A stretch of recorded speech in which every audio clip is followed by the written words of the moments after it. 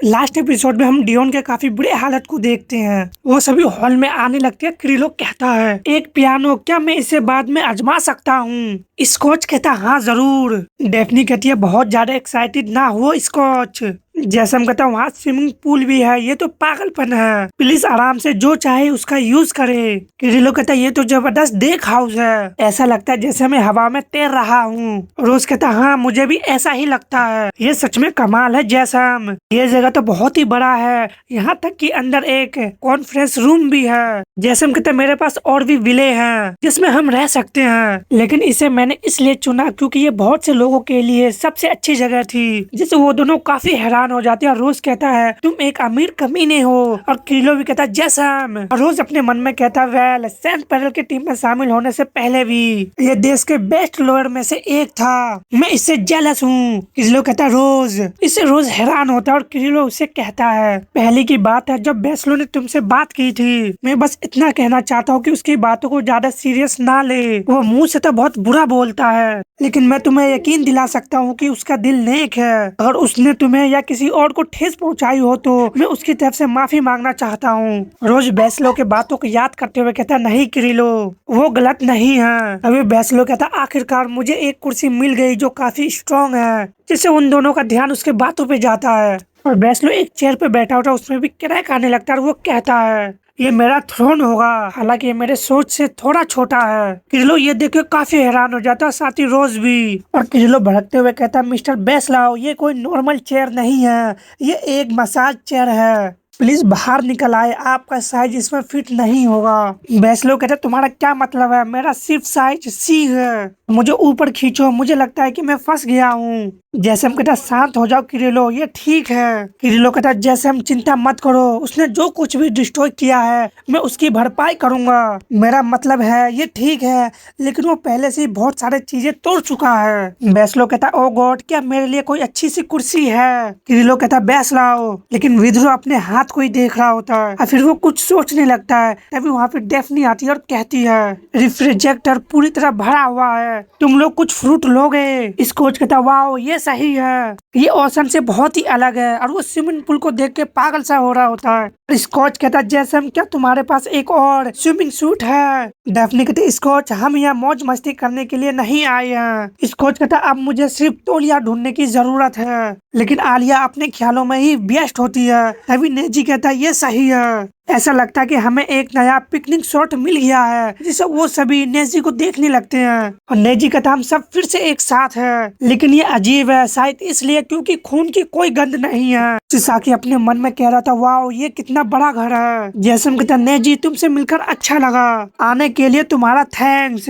अपने मन में कहता, नेजी इस शख्स का रूप सच में प्रभावशाली है। नेजी कहता, फॉर्मेलिटीज का कोई जरूरत नहीं है, मैं तुम्हें बहुत ही अच्छी तरह से जानता हूँ। शानदार हेलीकॉप्टर एक्सपीरियंस के लिए थैंक्स जैसम, मैं सच में तुम्हें थैंक्स करना चाहता हूँ। वो डेफनी से कहता है। डेफनी कहती है, नेजी मुझे खुशी है कि तुम सेफ हो, आज तुम खुश लग रहे हो। नेजी कहता, थैंक्स, मैं आपका बहुत ही एहसानमंद हूँ। अगर आप चिसाकी के एंग्यूक्यू के लिए नहीं होता, मैं आज इतना खुश हूँ उतना कभी नहीं होता। बेस्लो कहता, क्या मैं तुम्हें जानता हूँ? तुम मुझे पागल या कुछ और जैसे लगते हो। नेजी उसे देखते हो अपने मन में कहता, बेस्लाओ। और उससे कहता, वेल आप इसे इस तरह कह सकते हैं। बेस्लाओ हंसते हुए कहता, तुम बहुत ही ज्यादा कॉन्फिडेंस हो, अगर तुम खुद पे कंट्रोल नहीं रख सकते, तुम्हारे आसपास हर शख्स को इस खूनी परिणाम से निपटना होगा। मैं तुम्हें चेतावनी देता हूँ कि अगर यही बात फिर से हुई तो मैं चुप नहीं बैठूंगा। नेजी कहता, मैंने साफ साफ वो चीजें नहीं मांगी थी, तो बताओ मुझे क्या करना चाहिए था? किरिलो कहता है, तुम दोनों, क्या तुम लोग शांत हो सकते हो? नेजी, काफी समय हो गया है, तुम हो।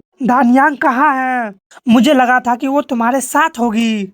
नेजी कहता, ओ दानियांग को एक अचानक जरूरी काम करना पड़ा। किरिलो कहता, अर्जेंट, और अपने मन में कहता है, दानियांग जैसे प्यारे से नन्हे जान को आज अचानक काम क्यों मिल गया? जैसम कहता, तो फिर बाकी लोग कहाँ हैं? मैंने एक आदमी को बाहर उड़ते हुए देखा। साकी कहता, आपका मतलब हॉर्न है? वो उड़ नहीं रहा था बल्कि गिर रहा था, उसकी परवाह मत करो, वो जल्दी ही वापस आ जाएगा। दूसरी तरफ देखते हो हॉर्न उसे घिसकाते हुए ले जा रहा था और वो इनह्यूमन कहता, क्यों? आखिर मुझे इस बेवकूफ शख्स के द्वारा क्यों घसीटा जा रहा है, ये तो बकवास है। हॉर्न कहता है अगर तुम यही घटिया रोना धोना जारी रखोगे मैं तुम्हें 2 टुकड़े में फाड़ दूंगा और फिर तुम्हें जिंदा दफना दूंगा।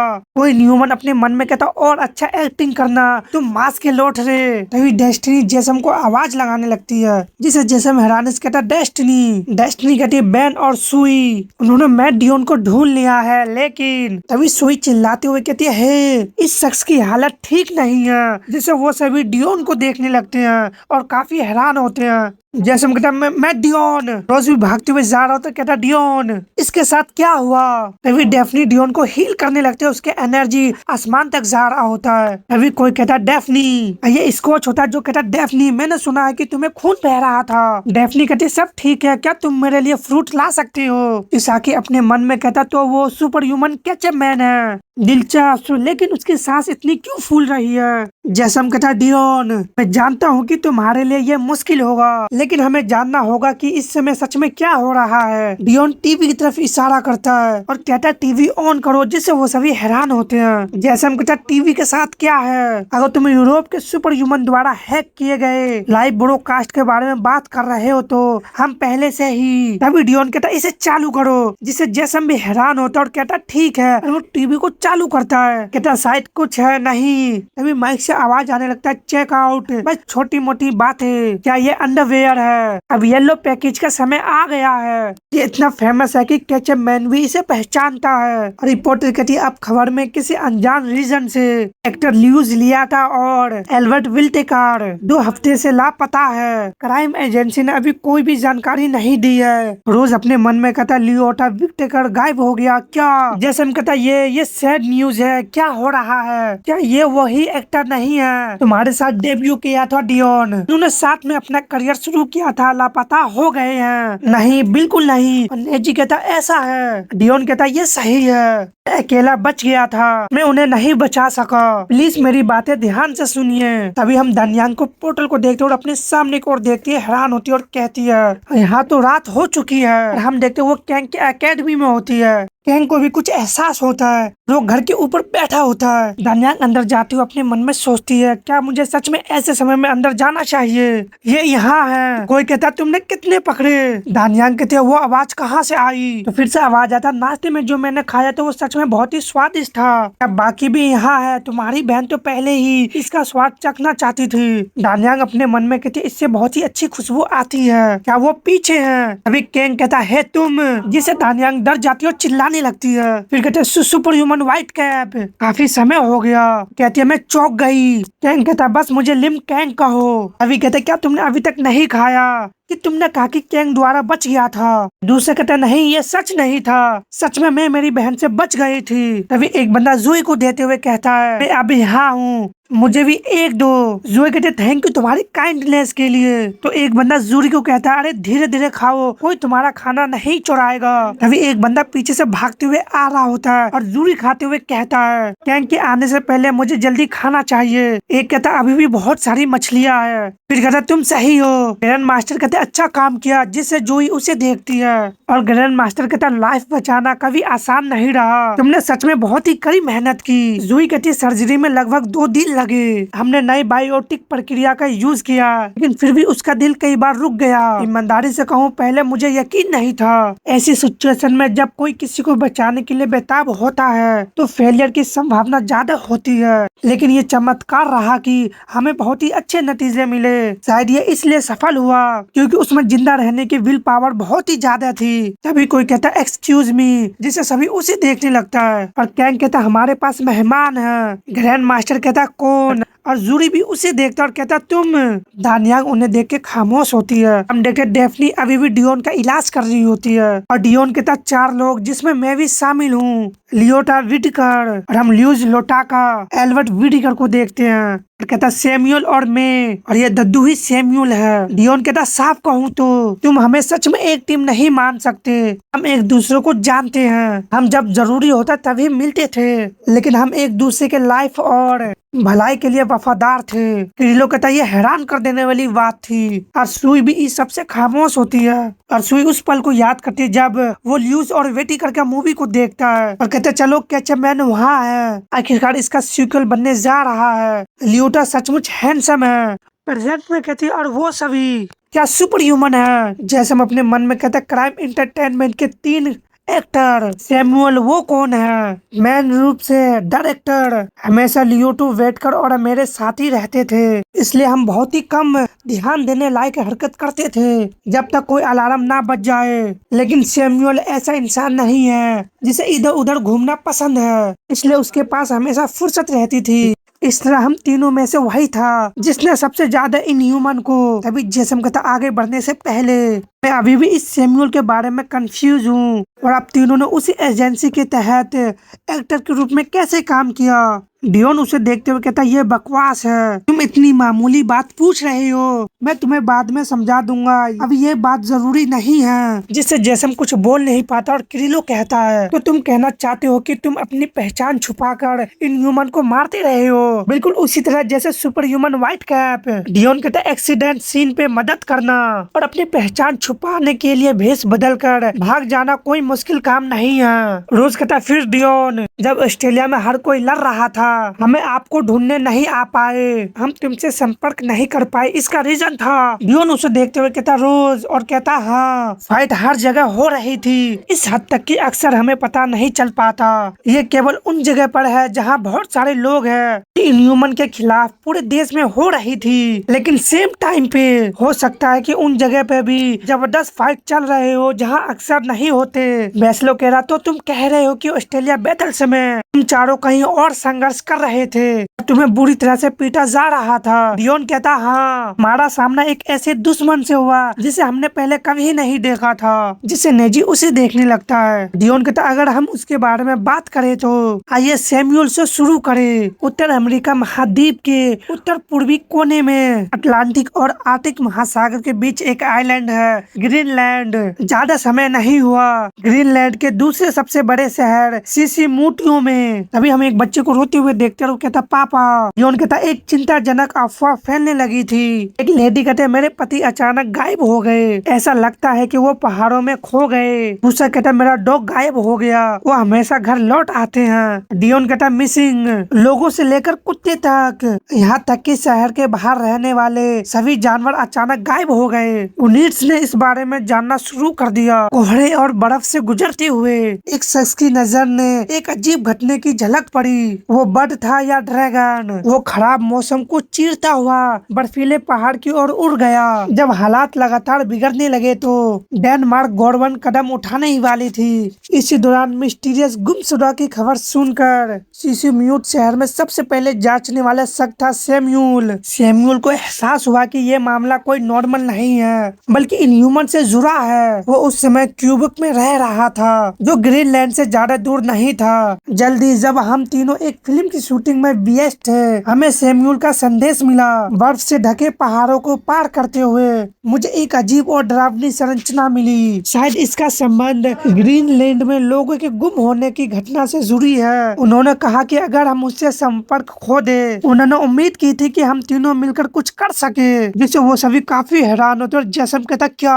अभी वहाँ पे एक पोर्टल ओपन होने लगता है, जिसे वो देखते हुए कहते ये क्या है। चिसाकी अपने मन में कहता एक पोर्टल। नेजी कहता वो शख्स देर से है, अपने मन में कहता वो फाइनली यहाँ है। Super human white cap. लिम वहाँ पे आ जाता है और हम देखते लिम के साथ उसके पूरी टीम आते हैं और ये सब देख के जूही काफी एक्साइटेड हो रही होती है। किरिलो उसे देखते हुए कहता डानयांग तुम यहाँ हो। डानयांग भी कहती है किरिलो।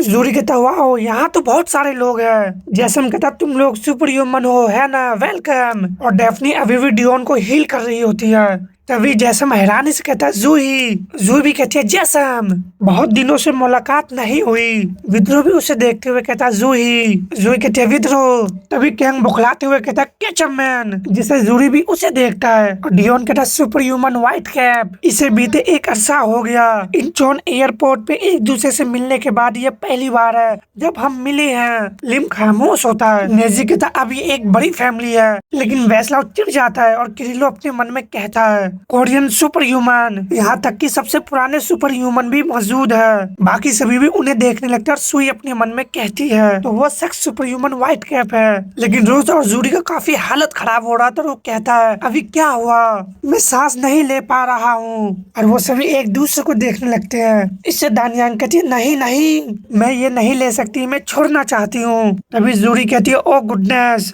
तुम लोग तो बहुत से लोगों के साथ रहने में आदी नहीं हो। हम में से कुछ लोग तो एक दूसरे का नाम भी नहीं जानते है ना। खैर मैं आप में से कुछ लोगों से मेरी मुलाकात पहले भी हो चुकी है। और जूरी बताता है एक बार जब सिस्टर ने उनका ध्यान अपनी ओर आकर्षित कर लिया तो उसने सभी को शांत कर दिया।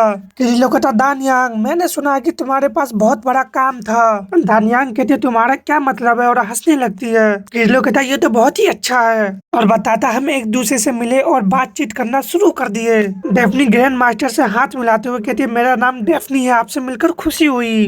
ग्रैंड मास्टर कहते हैं मेरा नाम वैंग ऑन है, तुम्हारी नाक से ब्लड आ रही है। स्कॉच डेफनी के लिए फ्रूट लाया होता और ग्रैंड मास्टर को देखते हुए कहता वो बूढ़ा आदमी कौन है।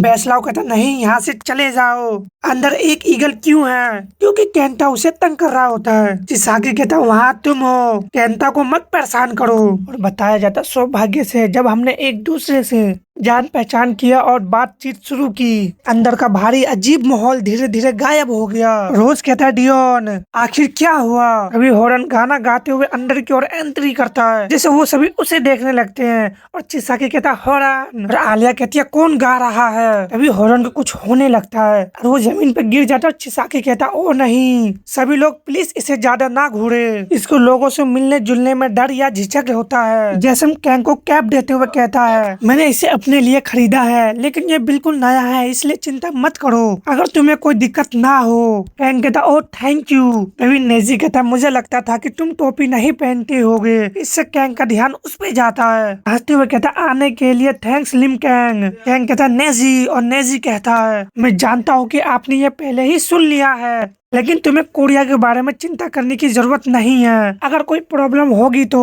दानियांग तुम्हारी मदद के लिए मौजूद रहेगी। तभी आलिया कहती है जेनी क्या आप देख रहे हो। और हम फ्लैशबैक देखते हैं जब जेनी आखिरी शब्दों में कहती है मैं जो बात कहना चाहती हूँ वो ये है कि सुपर ह्यूमन अलायंस जीत हो या ना हो, बैटल के सामने मेरी सिर्फ एक ही इच्छा है कि सुपर ह्यूमन एक साथ हो जाए। सुपर ह्यूमन जो इंसानों को बचाने के लिए बिना किसी सवाल के खुद को बलिदान कर देंगे। प्रेजेंट में आलिया कहती है जैसा आपने चाहा, सुपर ह्यूमन एक साथ हो रहे हैं। तभी आलिया का ध्यान सुई पे जाता है और सुई कहती है आलिया जिसने मेरी बहन की इयररिंग पहनी है। आलिया उसे देखते हुए कहती है सुई। ऊपर से यह सब जूरी भी देख रहा होता है और बताया जाता है मेरी सिस्टर के रिक्वेस्ट पर हमारा ग्रुप जो देर से शामिल हुआ उनकी चल रही मीटिंग की पूरी जानकारी ठीक से हासिल कर ली। और जैसे मैं उन्हें सारी जानकारी बताने लगता है लेकिन बैसलाव अभी भी केंटा के पीछे होता है। और जोई अपने मन में कहती है यूरोपियन सुपर ह्यूमन और डियोन। फिर उनसे कहती है ठीक है, सभी को रोकने के लिए सॉरी। डियोन क्या अपनी स्टोरी जारी रख सकते हैं? डियोन कहता समझ गया और बताने लगता मुझे सेल्यूल का संदेश मिले अभी एक दिन से कम ही हुआ था। फिर मुझे समझ में आया कि वो पहले ही गुम हो चुका है। हम में से कोई भी उससे संपर्क नहीं कर सका और वो मेरे किसी भी मैसेज का जवाब नहीं दे रहा था। इससे जैसम अपने मन में कहता है क्या कोई सुपर ह्यूमन भी मिसिंग हो सकता है। और डियोन बताने लगता उसी समय मैंने रोज से तुरंत संपर्क किया और फिल्म की शूटिंग टालने का सुझाव दिया। और फिर लिटियोक और विटकर के साथ मैं सीधे ग्रीनलैंड की ओर चल पड़ा। क्रैम्बल एंटरटेनमेंट के हमारे प्रतिनिधित्व डेल पोलक को समझाने के बाद आने वाली फिल्म की आखिरी शूटिंग को टेम्पररी रूप से रोक दिया गया। डेली एकमात्र शख्स है जिसे पता है कि हम सब सुपर ह्यूमन हैं। जब भी मुझे कोई काम अचानक निपटाना होता तो मैं अक्सर उसके एहसान से दब जाता। लुइट और विटकर झांकने लगता और विटकर कहता है अपना गार्ड डाउन मत होने दो, अपने पीछे भी नजर रखे। तभी डियोन उन्हें देखता है और पूछता है क्या तुम्हें कुछ मिला, तुम लोग क्यों छुप रहे हो। लूटा कहता क्या तुम्हें पता है कि हमें अपनी पहचान छुपानी पड़ती है। वेटकर कहता क्या तुम्हें ठंड नहीं लग रही, तुमने सिर्फ एक छोटी सी टी शर्ट पहनी हुई है, तुम बेवकूफ। तभी वहाँ के सिविलियंस कहते कैचअप मैन। ये मैट डियोन है, एक सुपर ह्यूमन आ गया है। कोई कहता तुम सच में बहुत बड़े हो, क्या तुम्हें ठंड नहीं लग रही है? चिल्लाते हुए कहता कोई कुछ कपड़े ले आओ, हमने बहुत ही लंबे समय का इंतजार किया। डियोन उनसे कहता शांत हो जाओ, और वो दोनों को इससे कुछ समझ में नहीं आता। बताता इन यूथ समूह ने बताया कि लोगों का गायब होने की सिचुएशन और भी बदतर हो गई है। फिर सेम्यूल की तरह ही उसी दिशा में आगे बढ़ते हुए शुरू किए। हम उसको छोड़े गए निशानों को फॉलो करते हुए पहाड़ी के रास्ते चलने लगे। और डियोन अपने मन में कहता सैम्यूल, ये तो तय है कि उसने ही उस पेड़ को गिरा दिया। और बताता लंबे समय तक उसके छोड़े गए निशानों को फॉलो करने के बाद हमें एक काफी बड़ा और भयानक एंटीडोर के सामने पहुंच गए। वो सच में बहुत अजीब था। तुम दूसरी तरफ का नजारा साफ देख सकते थे, लेकिन फिर भी मुझे एहसास हुआ कि मेरे नाक के बिल्कुल सामने गजब एनर्जी का डोर थी। और डियोन उसकी तरफ हाथ को आगे बढ़ाने लगता है। उसका हाथ उस मैजिक डोर के अंदर जाने लगता है। डियोन कहता ये जब मैंने इसे छुआ मुझे एक अजीब सी पावर महसूस हुई जो मुझे खींच रही थी। जैसे ही मैंने अपनी कलाई तक गया मुझे महसूस हो रहा था जैसे पूरा बॉडी एक किसी बहुत ही पावरफुल पावर खींचता जा रहा हो। विटकर कहता हमें क्या करना चाहिए? डियोन कहता मुझे यकीन है कि सैम्यूल यहीं से आया था, लेकिन जब एक बार कोई भी अंदर चले जाए तो उसे एक अलग ही एरिया में भेज दिया जाएगा। लुटकर कहता तो क्या हमें इसे तोड़ देना चाहिए? विटकर कहता नहीं, हम ऐसा नहीं कर सकते। अगर हम इस चीज को नुकसान पहुंचाते हैं जिसके लिए हमने इतनी मेहनत की है तो ये बहुत गलत हो सकती है। लेकिन वैसे भी अगर हम इसे चाहे तो भी ये नामुमकिन सा लगता है। तो बताता दरवाजा बहुत ही पावरफुल बैरियर से ढका हुआ था। हमें ऐसा लगा जैसे हमें कोई देख रहा हो, ये हमारे पास कोई और रास्ता नहीं था। सभी को एक साथ अंदर जाना पड़ा। एक बार जब हम अंदर पहुंच गए तो मुझे एहसास हुआ जैसे कोई बहुत ही पावरफुल फोर्स कहीं खींच रहा हो। रास्ते में मैंने काफी अलग अलग तरह के इन्ह्यूमन देखी। तभी नेजी हंसने लगता है जिससे डियोन का ध्यान उस पे जाता है और नेजी कहता है इंटरेस्टिंग, अचानक मूड खराब करने के लिए माफी चाहता हूँ, लेकिन क्या मैं कुछ सवाल पूछ सकता हूँ? जिससे जैसे हैरान होता है ग्रैंड मास्टर कहता है नेजी, और कैंग भी उसे ही देख रहा होता है। डियोन कहता है ये क्या है? नेजी कहता मैं जानना चाहता हूँ तुम लोगों ने ठीक कब उस दरवाजा को तोड़ा? डियोन कहता मुझे ठीक ठीक याद तो नहीं है, लेकिन अगर मैं तुम्हारी आज की बातों से तुलना करूँ तो मुझे लगता हम उसी समय अंदर गए थे जब ऑस्ट्रेलिया का बैटल शुरू हुआ था। नेजी कहता अच्छा ऐसा है। दूसरी तरफ हॉरन स्विमिंग पूल में होता और कहता जबरदस्त। साकी कहता हॉरन अब आपको कैसा महसूस हो रहा है? नेजी कहता तुम्हें बता दो ऑस्ट्रेलिया का वॉर खत्म हुए कई दिन हो चुके हैं, फिर भी आज तुम यहाँ गिरे हो। डियोन कहता इसका मतलब बहुत समय बीत चुका है। नेजी कहता हाँ। जैसे अपने मन में कहता सही कहा, ऑस्ट्रेलिया का वॉर खत्म हुए कई दिन बीत चुके हैं, फिर भी डियोन अब जाकर दिखाई दिया तो यही बात रहा है कि उस समय से काफी समय गुजर चुका है। डियोन कहता बिल्कुल, मुझे पता है कि ये अजीब लगेगा, लेकिन मुझे भी शक था जब मैं उस पोर्टल में फंस गया। मैं समय बीतने का पता लगाए बिना लगातार लड़ते रहा। वो एरिया अनजान से भरा था और ना ही कभी वहाँ पे सूरज उगता था और ना ही डूबता था। वहाँ सिर्फ एक या दो दुश्मन नहीं थे, वो पूरा कंप्लीट वॉर जैसा था जिसमें दुश्मन ने पूरे एरिया को घेर रखा था। ये सोचना भी मुश्किल है कि मैं कई दिनों तक अकेला लड़ता रहा। रीलो अपने मन में कहता क्या इसका मतलब है कि वो सच में कई दिनों तक लगातार लड़ने के बाद भाग निकला? नेजी अपने मन में कहता एक ऐसा एरिया जहाँ समय का पता नहीं लगा सकते, क्योंकि वहाँ पे कभी सूरज उगता ही नहीं और ना ही डूबता है। शायद वहाँ समय जिस तरह काम करता है वो वैसा नहीं है। ग्रैंड मास्टर कहते तो तुम बिल्कुल अकेले थे, लेकिन तुम्हारे साथ गए दो लोगों का क्या हुआ? डियोन कहता ना ही सैम्यूल, ना ही विटकर और ना ही लियोटा, किसी और को तो छोड़िए वहाँ कोई भी नहीं दिखाई दे रहा था। अगर हम तीनों ने एक ही समय में उस पोर्टल में एंट्री किया था तो भी हम अलग अलग जगह पर अलग अलग थे। जेसन अपने मन में कहता ये तो, और कैंग भी ये सब सुन रहा होता है। फिर हम उस दिन का सीन देखते हैं जहाँ पे हम एक इनह्यूमन को देखते हैं जो किसी चीज से हैरान होता है, और ये ओनुरोई पीकॉक यू कौन है? पीकॉक कहता 3 सुपर ह्यूमन आए, चार्ली टर्फो। हम वहाँ पे एक और इनह्यूमन को देखते हैं जो चार्ली टर्फो होता है।